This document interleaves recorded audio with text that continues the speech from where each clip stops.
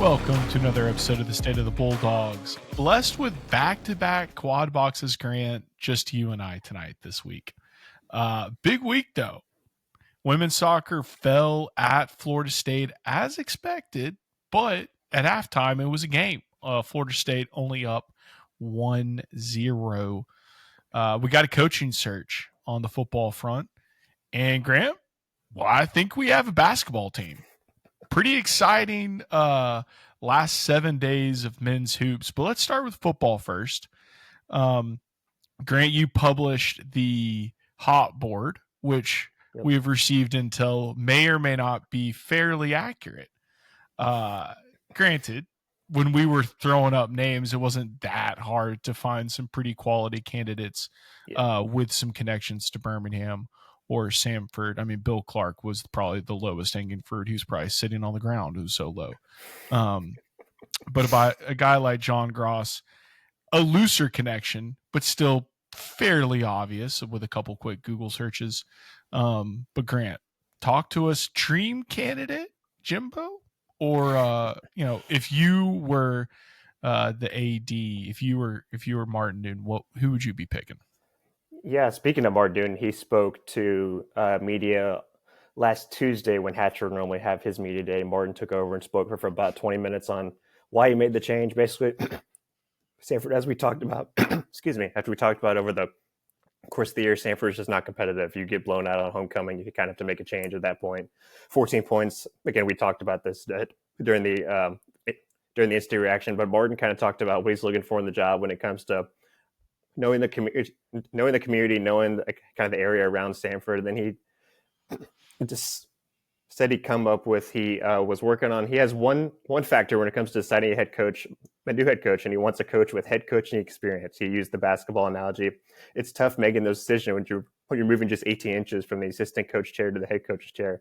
And so this is what he was talking about when he wanted some ties to some guys that have head coaching experience, which will lead into our hot board. First and foremost at Samford, it's about community. So you have to find somebody. I go back to Bucky McMillan and why Bucky McMillan was such a great fit for this university. He was from this community and he brought in community. Samford itself, the institution, is about community. It's about family. When you come on this campus, you feel that sense of community and family. It's a residential campus. It's not a commuter campus where people are coming in and out. We're here. Some of us are 365 days a year. The students are here at least 9 months of the year. So I think it's really important to have somebody that understands and builds that community and understands the community that we're in. And so Bucky was able to do that. And so I think that's kind of what you're looking for in the next coach, somebody that has some ties to this area, understands this area, and understands this level of football. FCS football is the gap between FCS football and Group of Five, and then the gap between Group of Five and Power Four is it's like the Grand Canyon, and it's getting bigger every day. And so I think you've got to be really comfortable with who you are and what you're about and what football means to your campus. Look, we're in the South, right? People like football down here, which is a great thing, but you got to understand who you are and where we are. We're about faith. We're about family, and we can be about football, but we also got to be about fun. And so those are the things that I think we're trying to emphasize. And I think that's what we'll look for in the next coach, is somebody that really has that kind of value system. And then here's Barton. Sorry, that's my motto on life. Faith, family, football, fun, faith, family, baby. Football. All the F's. Yeah. I love it. Here's Martin continuing on. I think first and foremost, on what he's talking about head coaching experience and a coach. I made a decision. I've screwed up the hiring process quite a few times. There's no exact science as you're seeing to hiring process. You can think you're hiring the next Nick Saban or the next John Wooden or Mike Krzyzewski. It's tough. Fit is so. I've always focused on 3 C's: character, first and foremost, competency, can they do the job, and chemistry, do they fit the place? And so I made a decision in hiring the last basketball coach before Bucky. I made a decision that I was not going to go with anybody that didn't have head coaching experience. I've tried to hire an assistant coach from a big school, and those 18 inches of moving over from this chair to that chair are really difficult. And so I made a decision then that I didn't care what level of head coaching experience they had, but I felt like they need to have they need to be the guy that called the timeouts and made the adjustments. And so that's what we did with Bucky. And I think the same criteria will stand true with this. I want somebody that's had head coaching experience. And again, I'm not worried about the level. I mean, it could be at Division III, it could be Division II, it could be Division I that's gone on and done something else, or it could be high school. I just want somebody who has character, understands the mission of this university, can coach. You got to be able to coach, but you got to be able to do more than coach now. Today, you've got to be able to really communicate with young men. It's different today. The old school coaching that I had was, you did what I said and you're going to do it now, or you're not going to play. Well, now if you do that, they just say, you know what, I'll see you, I'm going somewhere else. So you got to have somebody that has a lot more than just the X's and O's. And then the third thing is the fit, the chemistry. And we've got to have somebody that understands this place, understands this community, and can build on that. I love it. So I guess that scratches Russ Callaway from our list. Yeah. But what about Kenny Dillingham's lookalike, Caleb Noble's West Florida D2 head coach, Grant? How did you pull that name? The big scientific process. Let me just look up D2 schools, top 25. Let's see. Let me find, okay, that's a northern school. That's a northern school. That's southern school. Boom. There we go. Caleb Noble's. Florida in the South, the eternal debate. Yeah, exactly. It's close enough rather than Utah or whatever those kind of D2 schools are in. But Caleb Noble's a young guy, only 31 years old. He's an alum at West Florida. They're 9-0 this season. He's 24-7 in those 3 years. They're fourth in the country in D2. So that was where I kind of pulled that name. I don't think he's actually a candidate for the job. But again, if you're looking down the line at somebody who could be a head coach to take over, if somebody from one of those schools in the South FCS teams, there's one guy to look for. Wasn't a candidate until tonight. No, but Grant, dream pick. Who would you hire out of your maybe top 5 guys? Yeah, I think it's basically down to the top 3, which I think is probably the Samford admin's top 3. I think Bill Clark would kind of be the obvious candidate, right? The guy who brought UAB back, coached UAB before they took away football, and then brought UAB back when they resurrected the football. We all remember that story. He retired in 2022 for health reasons. He is an Alabama native. He coached Jacksonville State, which will tie into our next candidate we kind of look for. Clark went 49-26 and 32-12 in Conference USA play in six seasons. He retired for health reasons, had back surgery. So I think he would kind of be the grade A candidate if he wanted to get back into it, want to stay in the city of Birmingham. Why not come resurrect another program who's about to have their worst season since 1984? Yeah, he never left. That's the interesting part about that. Really tied to the city. Found an old segment maybe about a year or 11 months ago when Jacksonville State was trying to find their new head coach on Coach Clark's Jocks' regular spot. They asked him, is he going to get back into coaching? And he said, he thought about taking the Jack State job, decided not to, but he didn't say he's not getting back into coaching, importantly. Yep. So you never know. That would be quite a coup, though, especially with the UAB Samford football and basketball games that have been announced over the last couple of weeks. Huge. Not banking on it, but it would be huge. And UAB is looking for a new head coach. Do they really want to stick with Morton as their guy? Clark apparently wouldn't go back there due to the administration and how that handled. It doesn't seem like Mark Ingram's the best person to run an athletic department. I would rather take Martin 10 times out of 10 when it comes to that. So I don't know if he wouldn't go back to UAB. So again, if he wanted to get into coaching, why not stay in the city, come help a program? I know football is a little bit different. The game's a little bit different from when he left in 2022, just 4 years ago. But I mean, at Samford, there can't be a whole ton of transition when it comes to this new age of football. I mean, there's still a little bit of that, but again, it's not what it would be like at a UAB or another G6 school. So I think Clark would be the number one option if again, he wanted to get back into it. Yeah, it would be awesome. What about John Gross? John Gross is another one. Do you want a head coach with coaching experience? Do you want head coaches that had prior success and in the state of Alabama? You can look at Gross. There you go. He checks all those boxes. He is currently the assistant quarterbacks coach and offensive analyst at Clemson. He's been there the last 3 years. Let me just read you his record. That's a strike. That's a strike because we've all watched Clemson quarterback play, and it's not good. We can blame that on Garrett Riley for the way All right, let's do it. that's Let's gonna. do it. Yeah, there you go. Yeah. So here's his record at Jacksonville State. He coached there from 2014 to 2021. How does this sound? 2014, 10-2, 8-0 in OVC play. 2015, 13-2, 8-0 at FCs, Wait, 8-0 in Grant, conference play. you Yeah. can have more wins than losses? Yes, it can. Oh, Sure enough, it yes. can be done. In 2015, he lost in the championship game of the FCS. Was number 2 in the country at that point. Again, you go 2016, 10-2, undefeated in OVC play. 2017, 10-2, 8-0 again at OVC play. 9-4 and 18.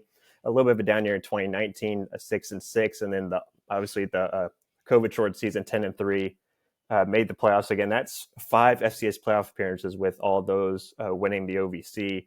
And then 2021, coached 9 games before they agreed to part ways. So you have a coach who has a ton of experience. He's from the state of Alabama. He's coached a ton of places in the state. He's from since 1990. So if you're looking for a guy who could be your Lenny Aiko for football, Gross would be a definite option number 1 if you wanted to go that route. If Clark said no, There's no bad option there. yeah, I got a buddy who is on that Jack State team that went to the national championship.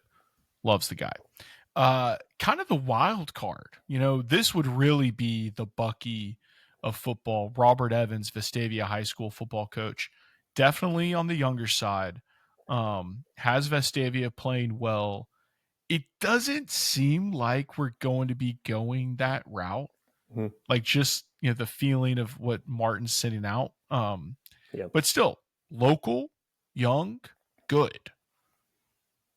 Yeah, and a Samford alum too. Played baseball and football at Samford, Dog. and also was an assistant on UAB staff when Pat Sullivan was the OC before he became Samford's head coach. So you have that connection too with Sullivan. Obviously, from the area, he was DC at Hoover High School and Mountain Brook before becoming the head coach of Vestavia. In 4 years at Vestavia, he's 30-17. They went 9-3 this season. They lost in the quarterfinals of the 7A playoffs to, I believe, Auburn High School, has been really, really good over the last handful of seasons. It is a little bit of a different jump. We've talked about this. I think last week Mike brought it up. We were going through the names, whether you want to do a high school or college guy. It is a little bit different than Bucky coming from high school basketball. Football is a whole different animal. So how would that transition kind of go? You don't know until it actually happens, but that would be one kind of question if you wanted to go to a guy who doesn't have any college head coaching experience. But again, Martin doesn't care where that head coaching experience is. It's just what kind of jump is that for a new guy? Yeah, and that's probably the biggest question is how do you, even for a guy like Bill Clark, he doesn't have portal experience. Yeah. Like he hasn't had to assemble half a roster, a whole roster potentially, year over year. So again, John Gross that's a win for him. He has Yep. that experience, albeit at Clemson, bad quarterback play, and famous for not utilizing the portal by this point. But still, at least in the modern game for the last several years, which we've all seen the monumental changes. So Bill Clark would be behind the 8 ball in that sense. Robert Evans wouldn't even know what the ball looks like in that sense. So that's the biggest risk. That's something that Hatcher wasn't fully able to grasp either. You got to churn and burn coaches just like you got to churn and burn players. And it's just a different animal now. So yeah, then you bring the factor Evans off the field. Could he raise the kind of funds that Samford might need for then to get back in the mix when it comes into where we want the football program to be? There's also that mix too, which could play in his factor. But again, that factor of not coaching in college with this new kind of landscape, as they call it, the way to go, which we've seen Samford struggle over the last few years. Remember, they went portal and it worked in 22. Everything clicked. Right. Hires was awesome. 23. Hey, let's run it back. Let's do the same thing. Michael's coming back. He suffered through injury, battled through injury. You tried to rebuild the whole secondary room, and it was okay, but still not as good as 2022. 2024, you say, it kind of worked. We're going to try it one more time, and it definitely didn't work. And then you try it again this year. It's like, oh, shoot, we need to go to high school ranks. And then sure enough, Samford ends up with 50 plus freshmen and true freshmen or redshirt freshmen this year, which leads to the 1-10 record. So yeah, it's just finding that roster balance. It was a staff who was in over their heads. They did not know how to manage a roster in today's sport. And I think the top 3 of these guys can all rally about the same NIL support. Sure. Neither one is independently wealthy like the fourth guy on your list, Jimbo. But I think they would be able to rally enough community support Yeah, because for of their sure. connections to either Birmingham or Samford to get people to believe, because that's ultimately what you need to raise dollars. And in the SoCon, a roster, probably a good, consistent football roster is probably going to cost 750 to $1 million. We are not going to spend that no matter what. So they're going to have to be creative, regardless of how much money they're able to raise. But still, any three of those guys would be very excited. Bill Clark, though, feels like the home run. Yeah, and I don't know where they would turn if you go. I mean, Evans would definitely take the job if you offered it to him. Samford alum gets to Of come back, coach course. his alma mater. Yeah, he wouldn't say no, so you wouldn't have to go farther down than him. But if there's another collegiate guy that maybe somebody called Martin or the donors say, hey, you guys need to look at this guy. Maybe there's somebody that we don't even know yet that could come out. But yeah, I think this kind of top three, maybe I would have thought Mortensen would be a better fit. Again, it's a huge unknown. You just don't know with a guy who's was on Trent Dilfer staff. Somebody did, and my Twitter mention was like, no Trent Dilfer on this list. No, thank you, please. No. I do not want anything involved with Dilfer. I don't care how many people come forward. So you guys should hire Dilfer. No, That, we don't that need to do person that. should look up the definition of insanity. We just went 11 years of that. Yeah, But Mortensen would not, that would be a guy I would not be excited about. yeah, He's way too unproven. I don't love Nepo babies to begin with in the industry. You got to prove yourself. Lane Kiffin has just now proven himself 30 years into his career, propped up early on by his dad. yeah, But that's, I don't know. Let's yeah. stay away from that. And Let's it's stay six away. games enough of a head coaching experience to where Martin was like, No, yeah, we need to go. Yeah, exactly.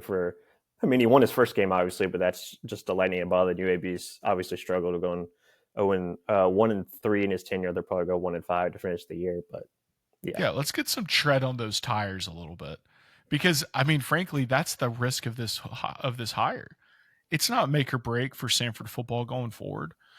But if there is some seismic change coming again for college sports, you want to be on the right side of it with a winning program, and that's probably coming sooner rather than later. So you got to nail this hire, yeah, and that would be the biggest risk of going with a guy like Mortensen, who might be a stud in 10 years, but just don't know. you Yeah. don't want to be the team that gave him all of his learning or lessons learned.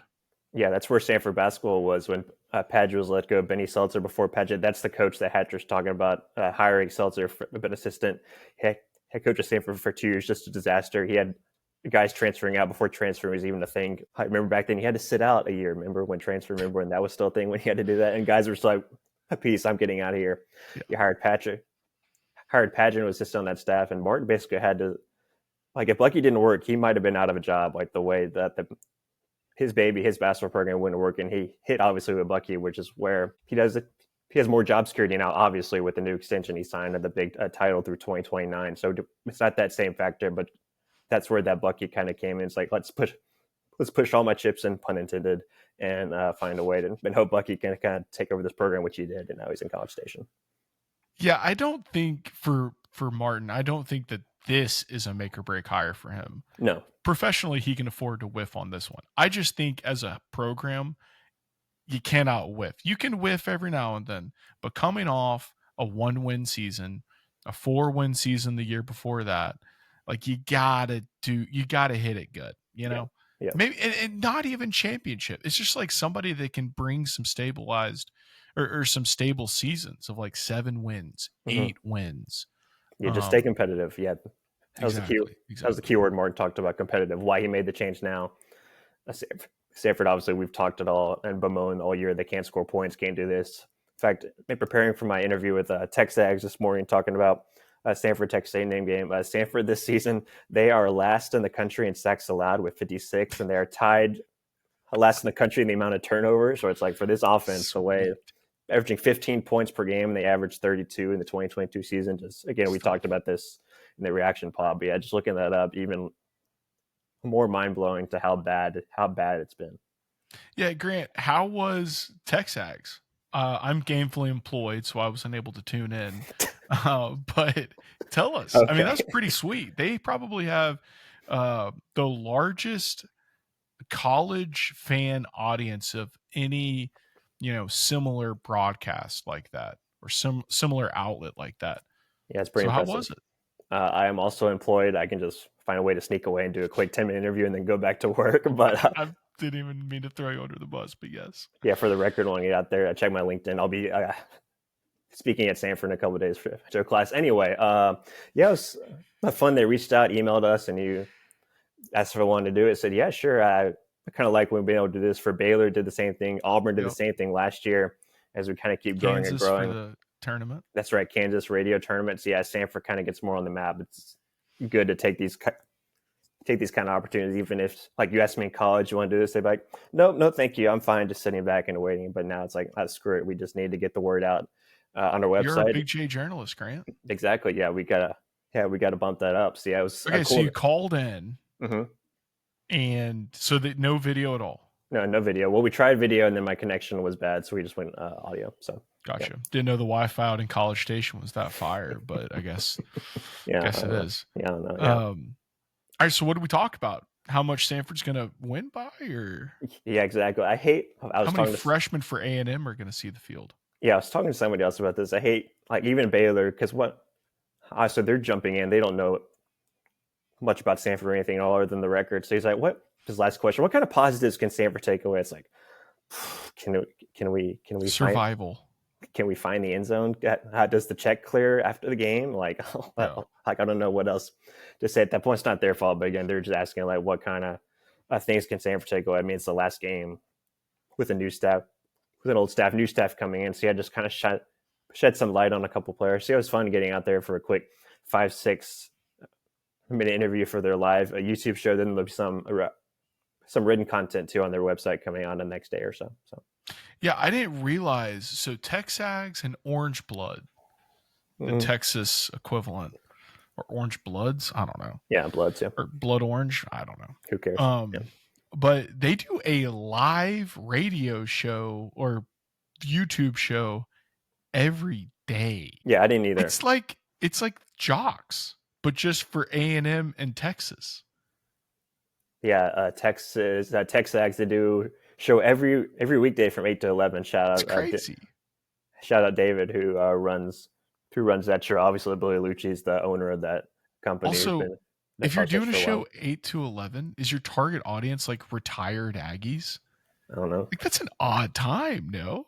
Yeah, I could read the chat. I didn't want to look. Funny enough, I was checking out their show Monday afternoon, and Bucky also did the 10:35 time slot, and I did the 10:35. I thought that was kind of cool. But oh, you're so special, Grant. I know, right? Look at me. Yeah, look at me. We did play a football game, by the way. We lost to Austin P as expected, 30-16. And their quarterback, Chris Parson, did in fact have a nice day. Not as bad as it could have been, but he did rush for 61, led the team, and passed for 265 yards. Did throw a pick and only had one touchdown. Did have a 70-yard pass, but frankly, the game did not go as poorly. Brady Stober, 29 for 41, 266 yards, a touchdown and a pick. Similar stat line, except he was sacked 4 times as opposed to Parsons 1. And then again, Samuel Pickett III, we talked about him last week, had another nice game with 9 catches, 70 yards. And then Calvin Jones, kind of been the most steady producer on the field, the Western Carolina transfer, 117 yards. Kind of stinks. I think we only get him for 1 year, right? This is it. Mm-hmm. Yeah, Greg. Yeah, that's he didn't get the good Samford experience, and we're sorry about that, Calvin. Yeah, I remember before the game, obviously Samford played Arkansas in basketball that Friday night, Samford Saturday. Samford basketball and football were 25.5-point underdogs, both of them, in that game. And both covered, so shout out to that. But yeah, I looked down, just shook my head when I saw the Austin P line. I was like, oh my gosh, they're both 25.5-point underdogs. This is dumb. So the game went better. But let's get to basketball. Please. That's what everybody wants to hear about. Grant, we have a team. So if you remember, we were on the podcast after the first 2 games. And kind of the theme of that was, is anyone going to be able to come up as our third scorer? Like Jaden Booth 1, Dylan Faulkner kind of 2, And I think the answer to that is yes. Like we've had several different guys pop up, and then a couple of guys produce consistently, mainly the Norris brothers. Yeah. So Grant, talk to us about the emergence of some of the scores, and then what you think of the last couple of games, because they like to keep it tight. Hey, yeah, we thought the Bucky era was a lot of heart. Like catch your breath. We need to go back up and down, but we thought this era would be a little more calm. Nope, it's just at a different pace when it comes to scoring. Even those guys you mentioned outside of Dylan and then Jaden Booth, Keaton Norris was named the SoCon Player of the Week, Samford's point guard this past week. At Texas Southern, over this 3-game stretch, he averaged 17 points, 5.6 rebounds for a point guard who's only 6'1", 175, and 5.6 assists per game over the course of these 3 games. He had 22 points against Texas Southern, hit that big 3 to tie the game before going to overtime. Added 8 boards in that one against Arkansas. He scored 11 points with 4 boards and 5 assists. And then against Central Arkansas, Samford was down 11 at half. Norris at 18, 7, and 5. Again, 5 rebounds for a point guard, including big baskets late to put Samford in the lead. So for a team that's not super big with a bunch of guards, they do rebound extremely well, especially. Yes. It's amazing when Keaton, your point guard, is 3rd or 4th when it comes to rebounds. I mean, again, in the Arkansas game, they were only out rebounded by 1 rebound when it came to the Arkansas game, and that's a team that's in the top 25. Yeah, like there was, I think in Bucky's run, everyone, especially by the end of the season, loved how hard these guys played. This team seems like they just came out of the gates playing really hard and physical, which, maybe that's going to be to our detriment at the end of the season as kind of attrition sets in. But right now it's awesome. And it's frankly the difference in pulling out victories against Central Arkansas and Texas Southern in overtime. So love it. I mean, shoot, Arkansas slept walk through the last 10 minutes of that game, which allowed us to kind of keep it close and then tighten it up. And we were, frankly, what should have been basket interference call away from having a chance to tie or take the lead. Yeah, even Cal talked about that in one of his timeouts. I'll play the clip that's been going around, speaking highly of Lenny Acuff. He's coached against Acuff a handful of times, but again, he's like, guys, we have a chance to bury them. And Samford's like, no, we're going to stay in the fight. Yeah. We're going to hold on. That's basically the whole theme of the whole game, just stay in the fight, only losing by 4 to Arkansas. But yeah, it comes into that one. Jaden Booth, it was almost like Cal's okay, we're going to stop Booth, and who cares if anybody else scores, right? We're going to hold down Booth. Booth still had 14 points, although just 2 of 10 from 3. But it was Caden Norris just stepped up with 15 points of his own. And then out of nowhere, here comes Alan Wilburn making 3 of his first threes with 15 points and 4 boards, pushing Arkansas dudes out of the way for a layup. He's like, a tease, Grant. Yep. He's a tease. What happened to this guy? In fact, even funny enough, Zion played also against Arkansas, and here was Cal post-game talking about Zion too. Then they had some guys that didn't shoot a high percentage make 3 in a row. Like you say to your staff, who the heck is that guy? And they go, yeah, he's making 18%. I said, not today. So let's make sure we're guarding him. And he did a good job. Number 8, Zion Wilburn. Sheesh. How about how physical he was against our guys? He shouldered them and moved my big guys out of the way, shot layups.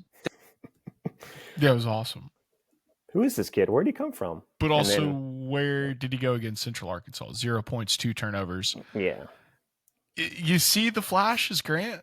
Like, if he could turn into a more consistent contributor, holy smokes, dude. Yeah. He could take this team to the next level, because then you got the finesse and the power. Yeah, it was a different guy every night. You go through the 3-game Texas Southern. It was Campbell Finch off the bench, played 37 minutes, including overtime, 21 points, 4 rebounds. We talked about it last week, the amount of speed that north-south that Lenny talked about, where it just provides that extra punch off the bench. He came out of nowhere and helped Samford. He was the 3rd leading scorer of that game. Jaden Booth at 23. Keaton had 22. Campbell Finch with 21. Then Arkansas, obviously, that's another level for a kid who's in your 5th career collegiate game, right? So he kind of slowed down a little bit. But yeah, he talked about, so it was Isaiah against Texas Southern. It was Zion against Arkansas in that close one. And then it was really Caden Norris against Central Arkansas. He's shown some flashes. Even Lenny talked about last week, our unsung hero has been Caden Norris, the way I think sometimes he forgets he's 6'4", he can actually go like bully some guys for rebounds. It's funny just watching those guys like, hey, you're a little bit bigger. You can get out there. He had 12 points, 5 boards. Again, five boards. When your guards and your wings are rebounding like that, it's pretty impressive. Cade with 12 points against Central Arkansas, and then he chipped in a few more against Arkansas too. So yeah, if he's providing that other punch and doing the dirty work, hit 11 and 7. I made 6 or 7 free throws against Texas Southern. If you can provide that kind of punch, look out, because that's awesome having a guy, especially with Humphrey going down in the exhibition game, Cade stepping up so far. And Caleb Harrison still has not really seen the court much. I know we had talked about him last episode, but still just, I guess, waiting on him to develop, earn some time on the floor. Yeah. But otherwise, I think we can put to bed the Quez Glover Jada Booth comparison. That was a 1-game sample size where the entire team was figuring out who they were, what they're doing. They still are. Yeah, it's but safe to say Jaden does not just take every shot. Yeah. So yeah, and here was more Coach Cal talking about Samford as a whole, and kind of what I alluded to earlier.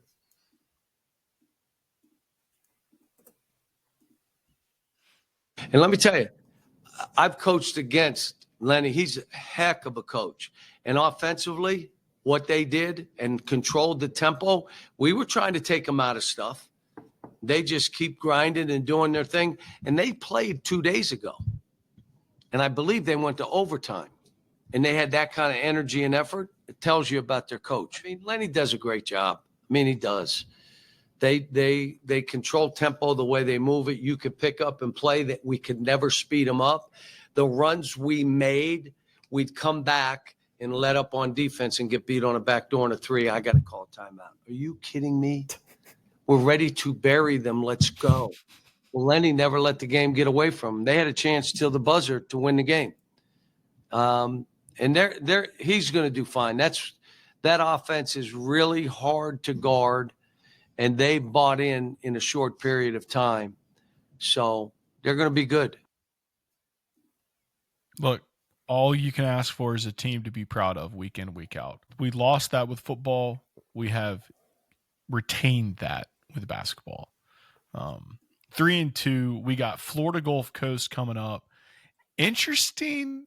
Look, everybody needs to tune in or go. It's in Birmingham tomorrow night. Tonight's Tuesday. Tomorrow, when this podcast drops, 6 p.m. Central. Florida Gulf Coast coming off a win, 91-73 against the Chattanooga Mocs. So a little early conference taste of a common opponent. I like it, Grant. I mean, that's enough right there to want to see what Gulf Coast is all about. But excited to see how we stack up. UTC sure didn't. So yeah, and they have a transfer from Notre Dame, J.R. Konieski. I'm going to roll with that as the last name. He's been putting up some Jaden Booth points. He had 26 points against Illinois in the loss there, 24 points against Georgia Southern in a close loss there, and then dropped 24 again against Chat, 2 of 4 from 3 in that. So he does the scoring a little bit differently than Jaden does. We had another guy to kind of watch for as someone who's been scoring a lot. Samford's struggled a little bit when it comes to their perimeter defense, so we'll see how that can kind of play a factor. So yeah, that is one guy to watch, the Notre Dame transfer for Florida Gulf Coast. Yeah, 6'7", can shoot the 3, solid rebounder. He's good. Probably will be the best player on the court, but we'll see. We'll see. I'm excited. That one's going to be good, just because of the Chattanooga thing. Yeah. And then we travel, kind of a fun trip to my favorite state in the Union, New Mexico. Friday night basketball against the Aggies of New Mexico State. Gonna be a fun game. Conference USA opponent. Las Cruces. Yep. Good times. I hope we're flying. Would be a brutal bus ride. Yeah, so Samford spent last weekend in the state of Arkansas, or technically Houston, to Fayetteville, to Conway, Arkansas. Yep. Back home to Birmingham, to Las Cruces, New Mexico, and then to Mexico to play in the Cancun Challenge after that, and then finally back home. They fly back home after Thanksgiving. They get the finally break after playing all these games in a row. Then they go to VCU and then Cornell at home. So that's kind of the way the rest of the non-con kind of shakes out. You got 2 bye games after that leading into the VMI game. So yeah, that's going to be interesting going all the way across the country. So yeah, they'd definitely be flying when it goes from New Mexico to actually literal Mexico to play 3 games. It's a brutal travel stretch because that's 4 days or 3 days rest between New Mexico State and Georgia State. Then you play back-to-back games in Mexico. Then you do get a 6-day reprieve, but you're back on the road at Richmond after Thanksgiving. Yeah. So I don't know.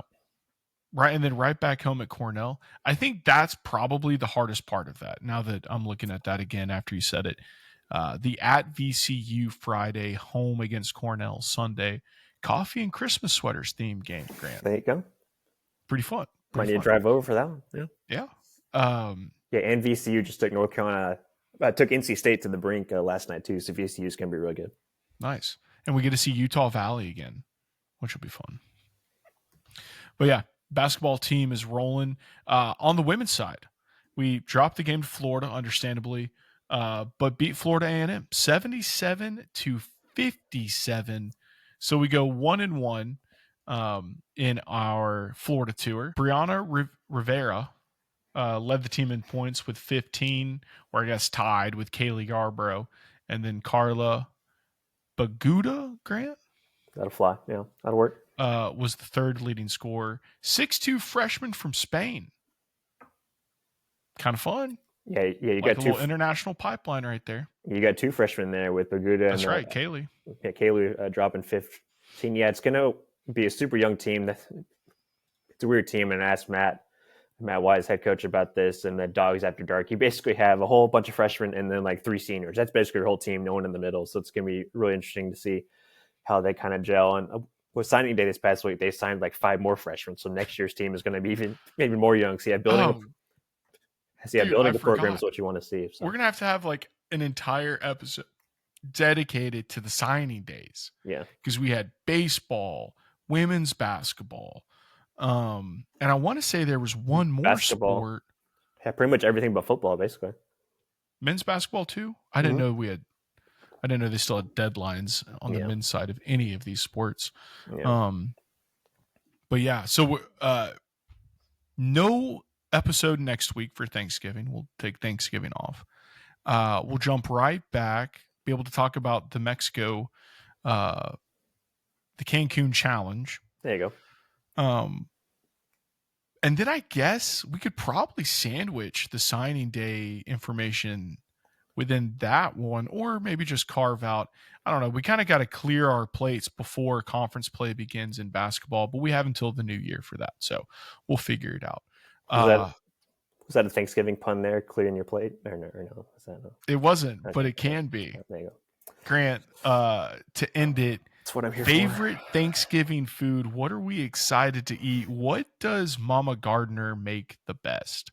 Or does she cook? Yes, cooks. Everything is the best. I want to put that on the record. There's not one thing that's better. Everything is best. So Grant's not looking to get poisoned this Thanksgiving. Want to cover the base for every Thanksgiving here.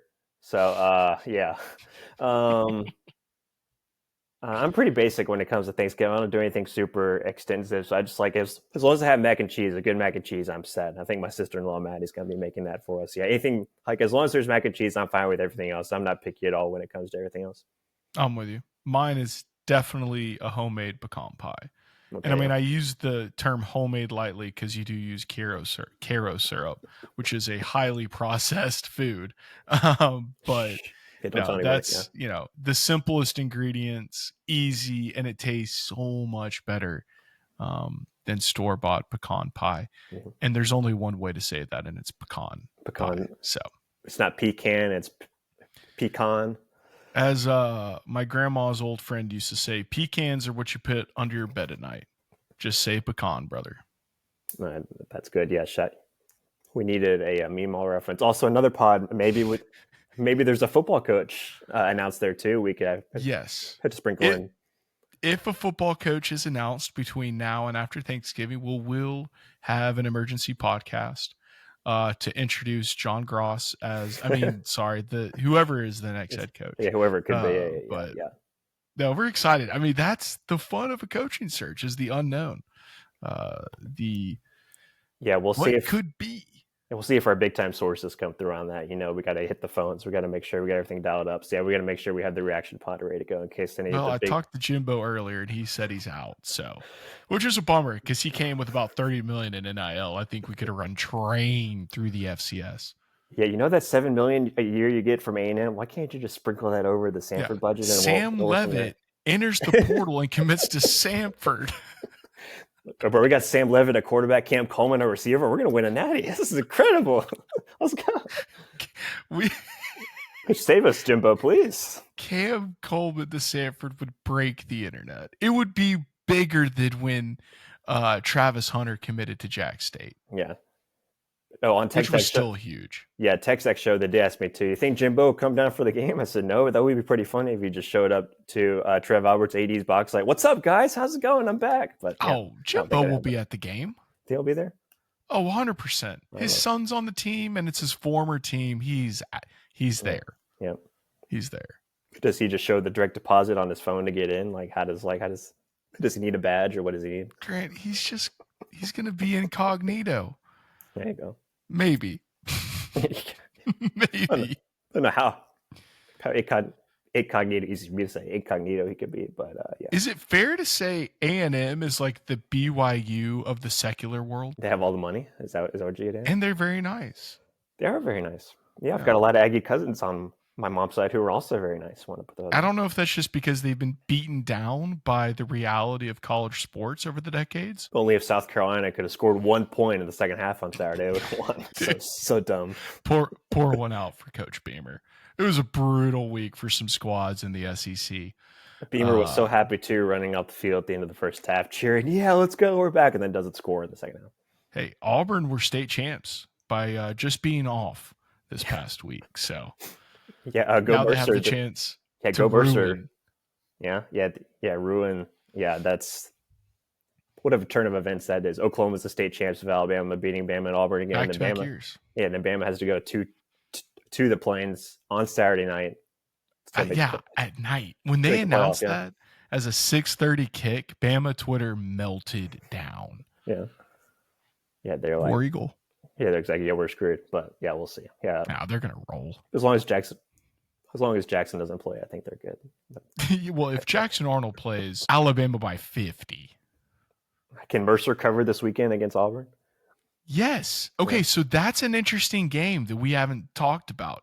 Mercer has a awesome offense. Not like, when they had two NFL receivers, as we keep mentioning, but still an awesome offense and even better defense. Super well coached. So the antithesis of this Auburn squad.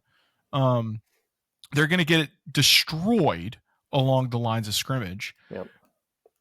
But if you hit a few explosives, I don't know. Auburn's certainly going to be looking ahead. Auburn is also kind of like if you flinch at them, they flinch.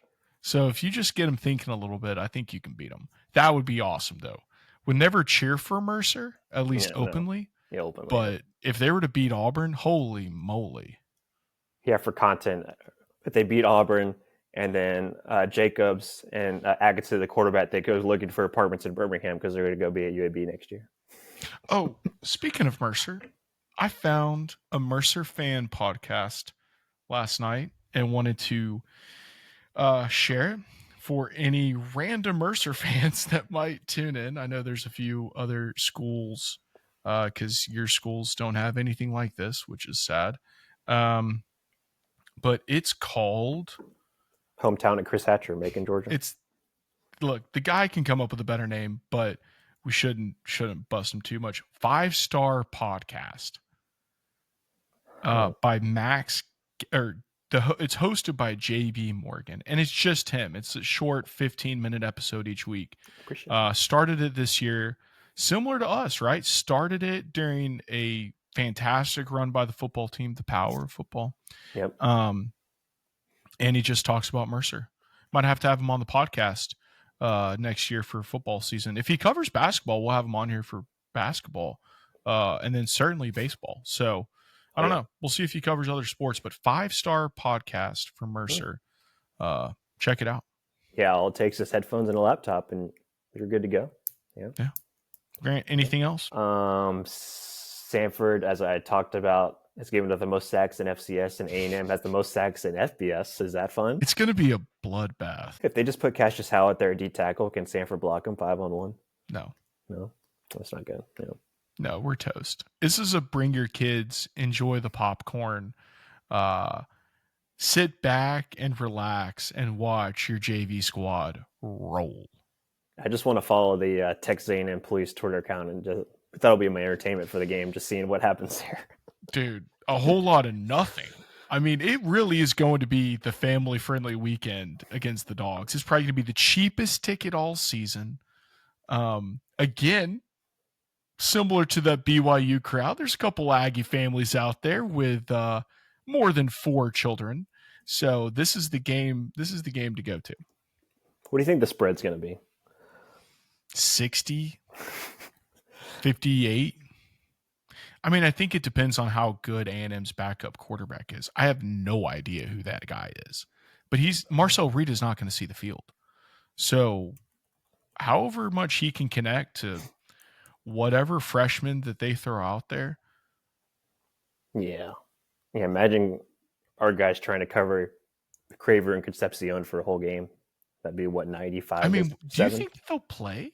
I mean, maybe for a series or two. Yeah, they'll probably play a quarter and a half. They got a big game next week. Want to get some reps in at least before they go to Austin. A little bit. Yeah, not want to go completely cold when you go to Austin, but God, they got to beat the Horns, man. The short horns, baby. Got to beat the cows.